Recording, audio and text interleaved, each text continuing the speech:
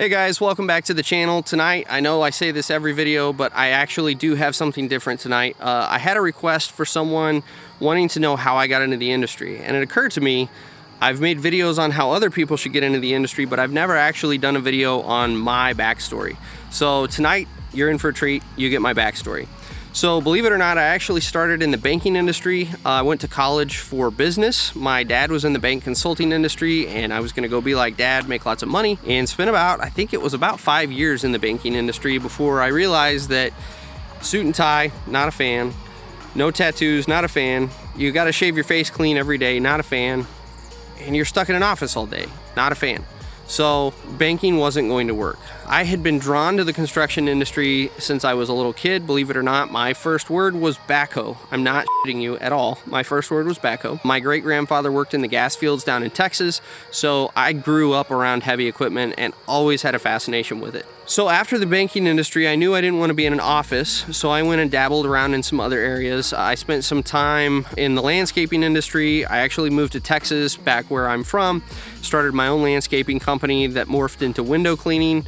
Did that for a while, ended up shutting that down, spent some time working at Home Depot. Then I went to a manufacturing company, spent some time as an operations manager there. And it was actually at that position, I was sitting at my desk one day watching videos similar to the ones I put out of just equipment running.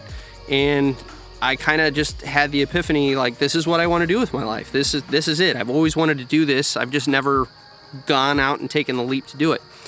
So I went home that evening and told my wife, I think I want to go into the construction industry, and she was a fantastic wife. She said, if that's what makes you happy, then do it. So I started applying the following day, and within a week, believe it or not, I had a job lined up. I went to work for Ranger Excavating out of Central Texas. It's one of the largest companies there in Central Texas that does earth moving work. Believe it or not, they built the Circuit of the Americas the year that I hired in there. I called them up and got a job making $12 an hour running an off-road haul truck. Started on an articulated truck. I can't remember the model number offhand. I think it's a Cat 740. It's their 40-ton articulated dump truck. Spent about 6 months in that cab before I got moved over to another position, running a rigid frame truck of the same size on a big highway project. So I spent about a year with that company at the bottom of the totem pole, making no money, just driving these trucks. But at the same time, I was a sponge. The whole time I was there, I was looking around watching how people ran the machines that they were in and what the kind of workflow was on the job site and where I was supposed to be and when I was supposed to be there and what the kind of general process was for road construction. So even though I was at the bottom of the totem pole, it was a huge learning experience for me, and that's what I always encourage everyone to do when you first hire in. Yeah, it sucks being on the bottom of the totem pole, but that's a perfect opportunity for you to just learn because you don't have a ton of responsibilities. You do have some time where you can really look around and observe on the job site. And that's what I did at Ranger. About a year into that, my wife and I made the decision we were gonna move back to Michigan where she has a big family. That's where I reside now. And I hit Craigslist and started looking around for some smaller companies that would be willing to hire someone with no real operating experience. About the only operating experience I had at this time was I had a little bit of backhoe time from my landscape days. I was pretty good on a skid steer, again from landscaping, and then off-road trucks, that was it. So no real applicable experience. I found a company that was local. It was a smaller company that did residential work. I called the owner. We had a conversation. I said, hey, I'm gonna be there in 3 weeks. Will you hire me? And he said, I tell you what, come in as soon as you get into town. Let's do a quick face-to-face and then we'll talk. So I did exactly that. I moved up here. I went down and had a meeting, I think 2 or 3 days within getting here, and we had a really good meeting and he hired me on. And I was a laborer. And this is what you will constantly hear me preach on my channel is when you start on the end of a shovel, you gain experience and knowledge that you'll never get in any other circumstance. Don't get me wrong, I love the union. Pursuing the union route is great because you get seat time right away. The benefits are generally there right off the bat. The pay is generally better right off of the bat. There are a ton of advantages of going union, don't get me wrong. But there's something unique about spending 6 months to a year on the end of a shovel. You don't get that knowledge when you just get right into a seat. And prime example, when I hired in at this company, I didn't know anything about excavating. I started sitting down in a trench. My first day on the job was sitting in a trench hooking up a water tap. and a sewer lead. I had never done that before. I had no idea how to even go about that. One of the first things I was observing is how to properly bench a hole down 12 feet into the ground. I didn't know what benching was. I didn't understand why you needed to bench and what made that safe. So you get a lot of valuable experience.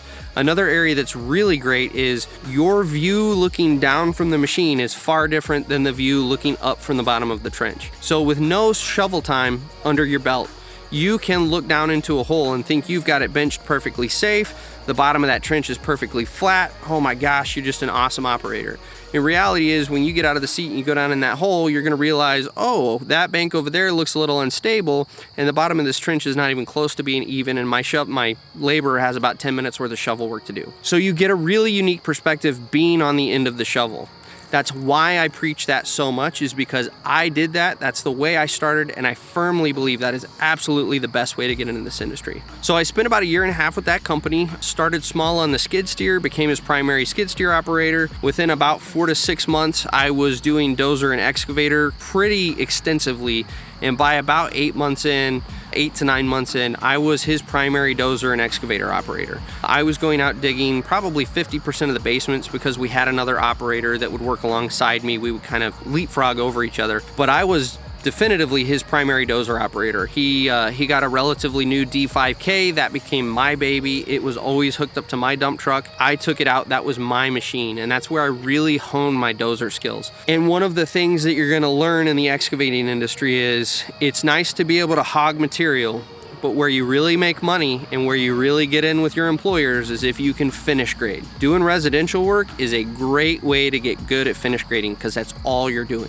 So by the time I left that company, I was starting to take over some foreman responsibilities as far as just kind of overseeing the day-to-day operations of the crew, letting everybody know where they needed to be, what the objective was, and then making sure that they were doing that, updating the owner while he went out and bid jobs. After about 1.5 years, I think it was just under 2 years I spent with that company, I ended up kind of realizing I could make significantly more money moving to a larger company, especially if I went union, and that's exactly what I did. That's when I hired in with Dan's Excavating, which is one of the largest contractors here in Southeast Michigan. I hired in with those guys, and the year I hired in was one of the biggest projects they had done. They completely shut down about an 11-mile stretch of highway, both directions, and we had, I believe it was exactly 5.5 months from shutdown to reopen. And so that was one of the largest jobs I've ever been on. I think our company alone had close to 200 pieces of equipment on that job, not including any of our subcontractors. It was an absolute massive job. You had to stand next to this, or I'm sorry, like this up against your machine, or you were gonna get hit by a truck or run over by one of the pipe crew loaders. I mean, it was just insanity. That was where, like, I already had this great passion for this industry, but that job, I was just like a 10-year-old out with his jaw hanging. I mean, it was just incredible, not only the number of machines, but the size of the equipment on this job. So I spent about 5.5 years with Dan's running anything and everything under the sun. I started, as you will most of the time when you hire in with one of these large companies, you're just gonna be popped from job to job to job as a fill-in. No one's really quite sure what you're capable of. No one's really quite sure where to stick you. And so for about 1.5 years, I just kind of floated at that company around to various crews. I finally found a foreman that gave me the very loving talk that I was gonna run the loader, and then he yelled at me for about 1.5 weeks, 2 weeks straight until I figured out what I was doing. And I turned out to be a reasonably good loader operator, so that became my spot. I was his loader guy for his crew. For the next 2 years, I just followed him around from job to job, and that's when I went to fill in with one of the pipe crews, and they really liked the way I ran the loader, and so I ended up going to be the loader operator for a pipe crew. Dan's was a really awesome experience because during that time when I was floating around, I ran paddle wheel scrapers, I ran every dozer you can think of, I ran excavators up to and including 385s, I ran rollers, I ran off-road trucks. I mean, anything and everything that was there. If they needed an operator, they just said, hey, go do that. I spent half a season on a big old water wagon. It was a 615 scraper that was converted over to a water wagon. So you are a sponge that whole time. You're just picking up all of the information while you're doing these different jobs, because each one allows you to see different aspects of the process. And you know, when I was running a roller, you finally get to spend time with the density guy understanding what he's doing and how it works and why we're doing the things that we're doing. So that was really, really valuable experience. I spent about 5.5 years with Dan's, and I had 2 kids in the process, and that's when it really set in. Up until this point, I was fine with the hours and not seeing home too much. But when I had the kids, that's when I was like, okay, something's got to change. I need to be here for my kids growing up. You will find one of the biggest regrets most old timers in this industry have is not being there to raise their kids. And I didn't want to have that regret. So I decided to venture out. I had somewhat of a sales background from when I was in the banking industry. So I thought, I know equipment and I can sell. Let's go see if I can sell equipment. And so I hired in with a company called Southeastern Equipment here in Michigan, and I sold case construction equipment for about 2 years. So that's kind of how I got into the industry and then progressed through the industry. I'm now doing this full time. I think one of the biggest struggles the industry has right now is getting new people into the industry that have the correct expectations about the industry, which if you don't know what I'm talking about, I'll put a link down below, but go watch my video, Can You Hack It in the Construction Industry? That's really where this channel started to get its momentum, is when I started talking in those videos realistically, what are the expectations getting into this industry? So I hope that gives you a little background. If you guys have any questions about my history, absolutely post in the comments down below. Do me a favor, hit that subscribe button. I really appreciate the support, guys. Have a good one, and we'll see you on the next video.